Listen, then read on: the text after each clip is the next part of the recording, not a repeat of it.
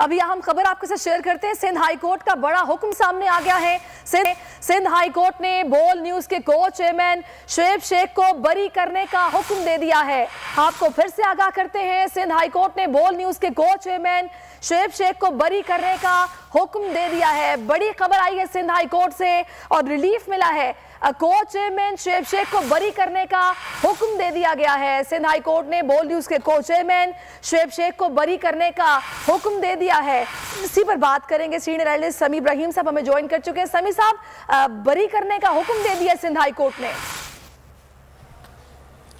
देखें, ये जो एफआईआर थी ये वही एफआईआर है जो जी आपको मेरी आवाज जी बिल्कुल आ रही है।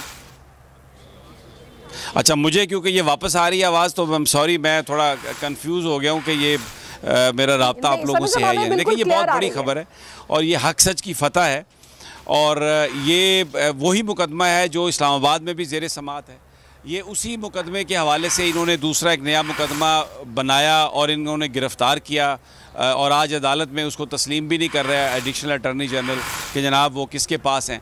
तो वो जो मुकदमा था कि उन्होंने कुछ जालसाजी की है, उन्होंने को की है, उसमें सिंध से बड़ा फ़ैसला आया है, उनको आज बरी कर दिया गया। ये वो फ़ैसला है जो महफूज था और वहां पर इनको बरी कर दिया गया है। अब आप मुझे बताएं, एक इल्जाम है उसमें 2 एफआईआर हैं। रोकूंगी, अभी अटॉर्नी जनरल अनवर मंसूर साहब ने मैं ज्वाइन किया है। अनवर साहब, आप किस तरह की सारी सिचुएशन देख रहे हैं? एक शख्स पेशी के लिए जाता है, उसको एयरपोर्ट से अगवा कर लिया जाता है, फिर गिरफ्तारी डाल दी जाती है, फिर अटॉर्नी जनरल ये कहते हैं अदालत में कि उन्हें पता ही नहीं